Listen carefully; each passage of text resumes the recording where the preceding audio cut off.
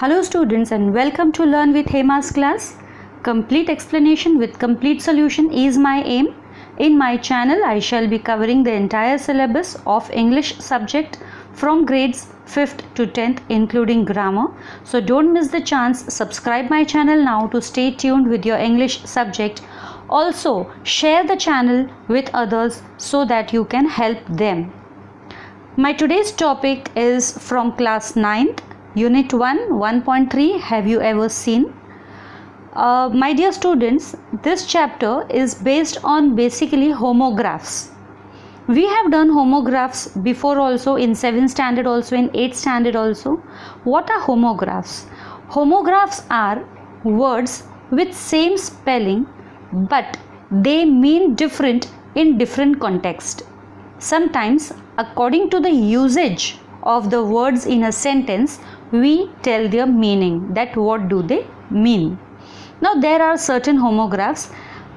This time in this session, warming up exercise as well as the workshop I will be giving you in a PDF format in the same video, because when I was teaching the previous lessons and I gave oral answers, I heard that many people want I give them written answers. So that is the reason this time I have added the PDF part also to my this lesson. So let's start with homographs. What are homographs? A temple fair attracts a lot of crowd. Now see, here the word fair is underlined in this sentence. A temple fair attracts a lot of crowd. Second sentence is, her performance in the test was fair. Okay, now both the fair, the word is same, fair, F-A-I-R. The spelling and pronunciation are same, but they mean differently in different sentences.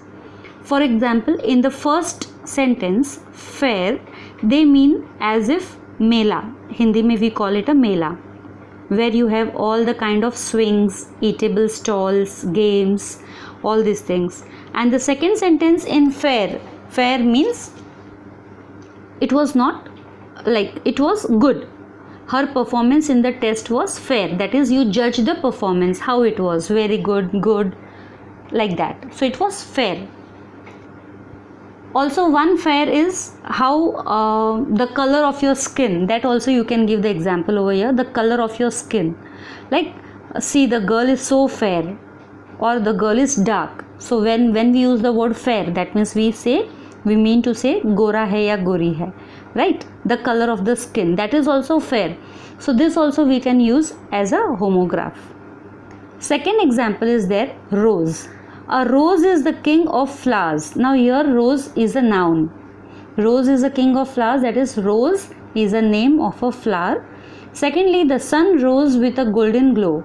Now here rose means this is the past tense of rise, R-I-S-E, rising. That is, the sun rises.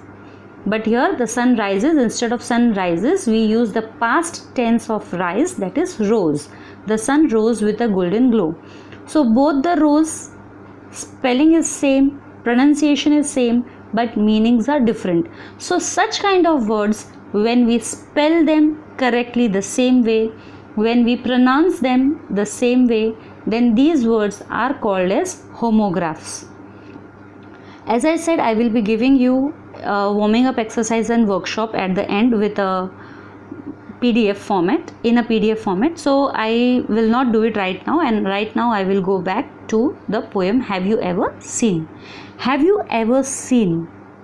So this poem is basically a very humorous poem, in the sense you say where one word means the other, or it is used for something else. Sometimes we just try to say that मजाक में हम कुछ बोल देते हैं. So like that, the poet makes beautiful uses of homographs in this poem. Have you ever seen? Okay, so this figure of speech, in poems we normally have figures of speech. So the lines in which same words mean differently, the same word can mean differently. So a play on words, that is शब्दों के साथ हेर फेर करना या शब्दों के साथ खेल खेलना, तो that kind of figure of speech is known as pun, PUN, pun. So the poem here uses the imagination, or the poet in the poem here uses the imagination to describe homographs in a humorous tone. तो यहाँ जो homographs use हुए हैं वो humerus tone carry करते हैं. कई बार हमको कई लोग रिडल्स करते हैं, रिडल्स, राइट, पहेली पूछा जाता है, पहेली पूछी जाती है. तो पहेली में समझो ऐसा कुछ कह दिया कि मेरे पास आँख है लेकिन मैं उस आँख को ब्लिंक नहीं कर सकती कभी भी. तो वो क्या हो गया, कौन है, किसके पास आँख है और वो ब्लिंक नहीं कर सकते हैं? तो we know it's a needle. Needle has one eye. The hole in the needle where we crisscross the thread is called the eye of the needle, right? Then we say for कि मेरे पास 2 हाथ है लेकिन मैं खाना नहीं खा सकती. तो वो क्या चीज़ है? I have 2 hands but I cannot eat. So ये क्या चीज़ हो सकती है? 2 hands but cannot eat. So it is a clock. A clock have 2 hands. Even a chair have 2 hands but it cannot eat. So for chair you can also ask, I have 4 legs but I cannot walk. 4 legs है लेकिन walk नहीं कर सकते. तो bed भी हो सकता है, chair भी हो सकती है, any table which have 4 legs, it cannot walk. Sorry. So this humor is created here with the use of homographic pun. Okay, so let's read, and one by one, stanza by stanza, I'll explain you the homographs in each line. Have you ever seen a sheet on a river bed? Have you ever seen a sheet on a river bed? Now first line, we have heard of the word river bed. Now a river bed and the bed in our homes, both are different. The bed is a furniture in our home. It's a furniture, piece of furniture, and we put a covering called bed sheet on it, right? But how can we put a bed sheet on a river bed? So have you ever seen a sheet on a river bed? A sheet is put on a bed, but have you ever seen a sheet on a river bed? A sheet on a river bed? No. Or a single hair from a hammer's hand. Here this head is compared to the head of a human, where humans have hair on their head. But do hammer have a hair on its head? No. Or a single hair from a hammer's head. So have you ever seen? Head is there, but no hair is there. So what it can be? It can be a hammer's head. Has the foot of a mountain any toes? Now foot of humans have toes, right? But the foot of mountain we also call, the base of the mountain we also call it as foot of mountain. Has the foot of a mountain any toes? So see, one more thing you can see in these lines, all the sentences end up in a question. All the sentences are interrogative. Okay. All the sentences here are interrogative, they end in a question. In fact, all the sentences of this poem are an example of pun. There are many other, you can say they are interrogation also, they are pun also. Okay, we have personification also, alliteration also, but that we will do later on. Let's continue. So has the foot of a mountain any toes? Okay, toes, normally a human body have toes. Okay, but the foot of a mountain is said to have toes. Does it have toes? No, it doesn't have. So you can say, na, I have foot but no toes. Who is he? Mountain. Is there a pair of garden hose?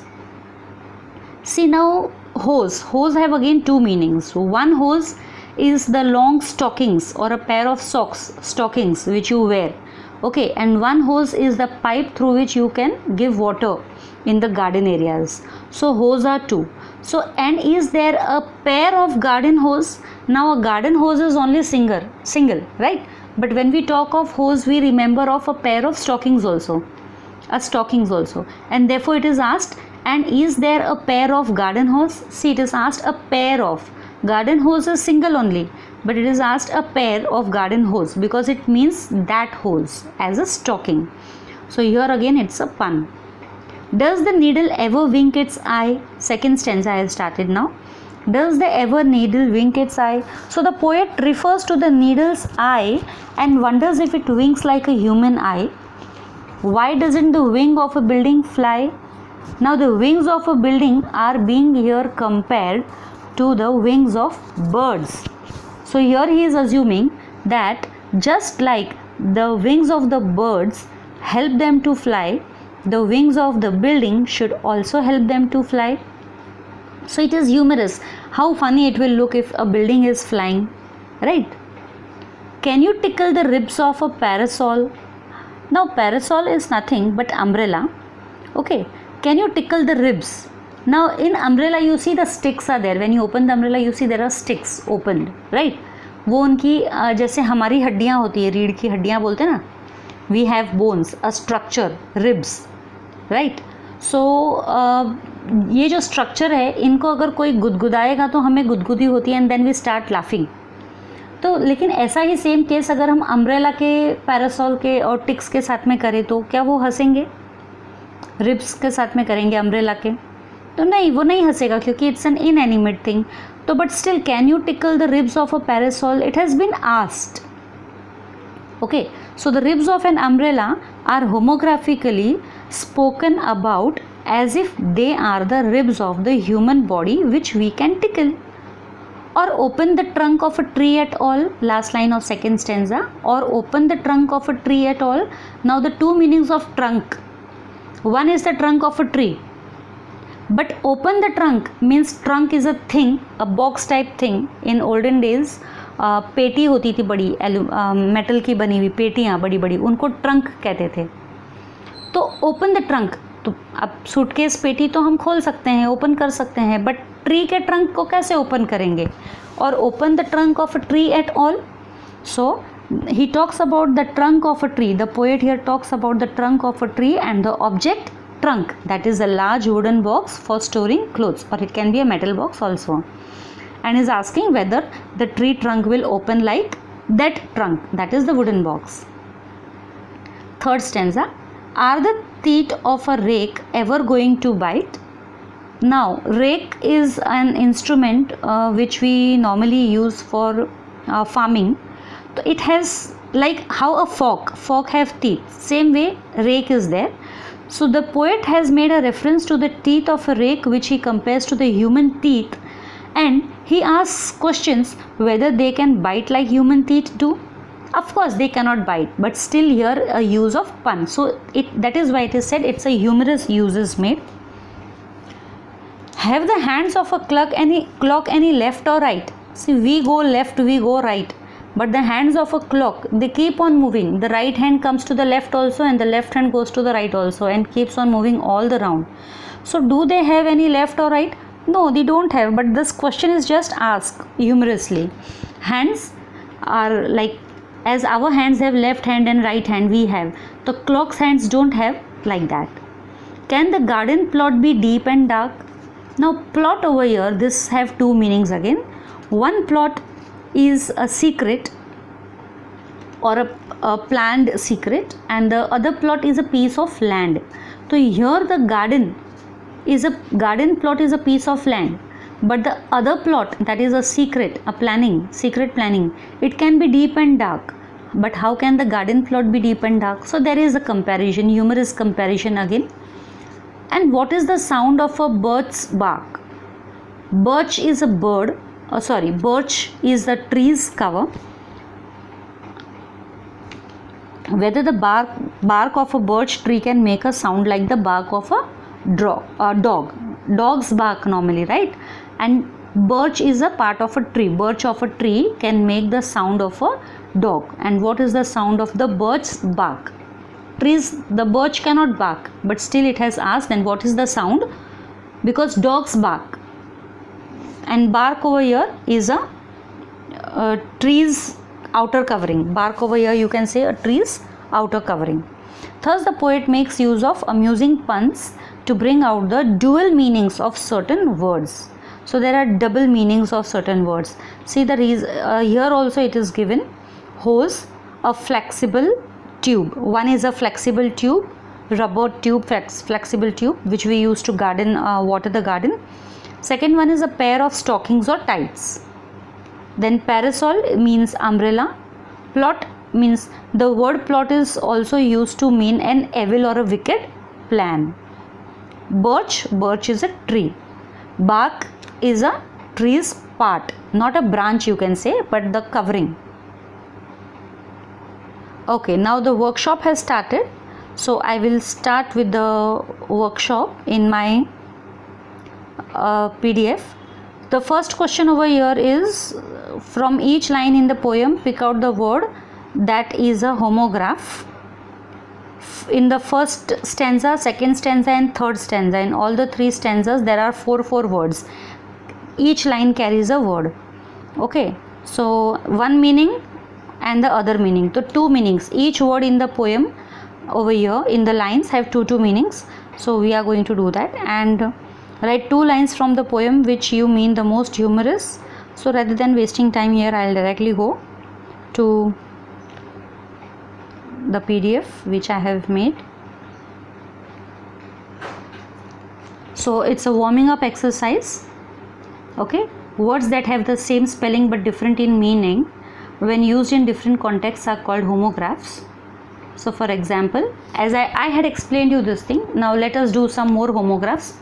5 homographs. So one over here is given close. One word is close.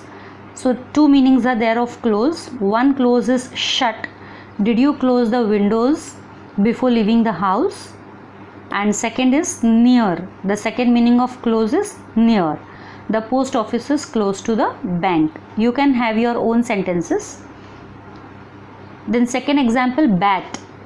So one bat, cricket is a game and in that we have this bat. Tom has a strange way of holding his cricket bat. So your bat is the thing which we use for playing cricket. And secondly, bat is an animal also. We often see bats in our garden in the late night. So bat is an animal. Then third word is a fly. Move through the air. One fly means move through the air. I love to watch the birds fly in the open air. And second, fly is an insect. Fly also means an insect. I hated the experience when I found a fly in my soup. Next is left. You can take right also. Okay, left, right, both the directions you can use. Direction, when you reach the end of the road, turn left. This is the direction given over here. And second left is past tense of leave. For leave, past tense is used as left. She left the office at 5 p.m. Fan, an admirer. One fan means an admirer. Someone says, "Na, I am a huge fan of Amitabh Bachchan. I am a huge fan of Sridevi," like that. So an admirer, I am a huge fan of Hollywood films. And the other fan is a cooling device. Can you switch off the fan, please? So these are the 5 homographs that I have given over given to you. You can write your own examples also. For example, you can also write well, W-E-L-L, well, or suit, S-U-I-T. These are also some of the words. You can write them, W-R-I-T-E or R-I-G-H-T, not W-R-I-T-E, R-I-G-H-T, right? That also you can take. Okay, now next, this is your warming up exercise. When words with the same spelling or pronunciation are used in such a way that they convey more than one meaning, the figure of speech involved is called pun. A pun is a play upon words. So this is what I said. Pun is a figure of speech which is used in the entire poem. So for example, hello, how's life? So hello, it's a strife. Though it's hello. Here in the first sentence also hello, second sentence also hello. It only depends how we have used them in their pronunciation. Now the other examples we can see. When his wife died, he cried for a second. Living life depends on the liver. You cannot buy a cap for your knee. Don't cross the bridge of your nose. So these are some examples of pun. In poetry, when a question is asked not to get an answer but to emphasize a point or fact, it is an example of interrogation. For example, when can their glory fade? Isn't the time for the autumn's glow? As I already said, all the sentences in our poem are examples of interrogation also, are examples of pun also. So when a question is asked not to get an answer, so that kind of question is said to be interrogation. So when can their glory fade? This is a kind of question, interrogation it is. Isn't it time for the autumn's glow? This is also interrogation. Some 3-4 examples of interrogation are needed, asked over here. So I have given here down. What is the life if full of care? We have no time to stand and stare. Remember this poem you had last year in 8th standard. Who is here so wild that we not love his country? This is also an example of interrogation. What men or gods are these? Can flattery soothe the Can flattery soothe the dull cold ear of death? Okay, now this is from English Workshop again. The words in the stanzas given have 2 meanings. So both the meanings are explained here. In the first stanza, the 4 words are bed, head, foot and hose. So one meaning of bed is a piece of furniture and the other meaning is bottom of the river or sea. Head, one head is part of a body and other is top of a hammer. Foot is a part of a body again and the other meaning is base of a mountain. Hose, one meaning is a piece of a clothing worn on the legs like a stocking, and other meaning is an instrument used in garden to water plants. Now second stanza, we have again 4 words: eye, wing, ribs, trunk. One first meaning of an eye is part of a body, and the second meaning is tiny opening on the top of a needle through which needle is threaded. Second is wing, part of a building, and second meaning of this is a body part of birds. Third is ribs, parts of human body, and the other meaning is part of umbrella that supports the curves. Third word is trunk, part of a tree, and the other meaning is a box that is used to store articles. In the third stanza now, there are teeth, hands, plot, bark, and the meanings are: for teeth, parts of the human body and a gardening tool or a part of a rake, you can say. Hands, part of the human body or parts of a clock. Plot, a land area or a wicked or cruel plan. Bark, part of a tree or a sound of a dog. So these are the two meanings for one word, dual meanings for one word from the poem. Now the next question is: write 2 lines from this poem which you find most humorous and justify your answer. So does the needle ever wink its eye? Now this is one sentence which I find humorous according this from the book which I have taken. Here they have given this. You can write any line, whichever line you find humorous, and explain it. Does the needle ever wink its eye? Because the thought that putting thread through its eye will make it wink. Okay, it's funny. Then why doesn't the wing of a building fly? Because imagining a building flying with its wings is fun. Even I find that ribs wala line very funny.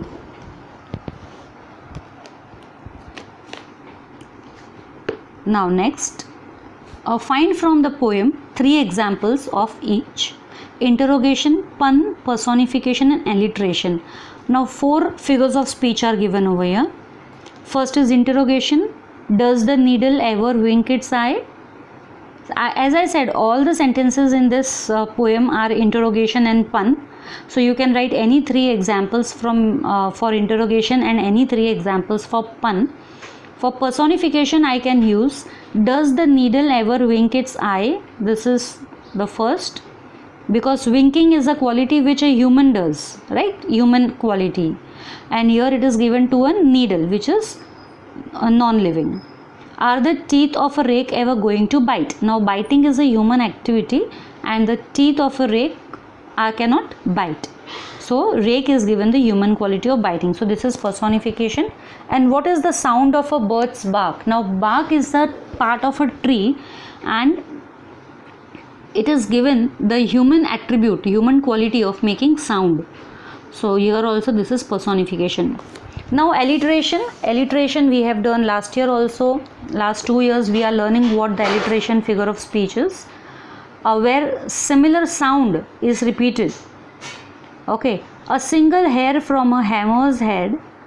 So H, 3 H are there, 3 words starting with H. A single hair from a hammer's head. Her, this sound is repeated. Open the trunk of a tree at all.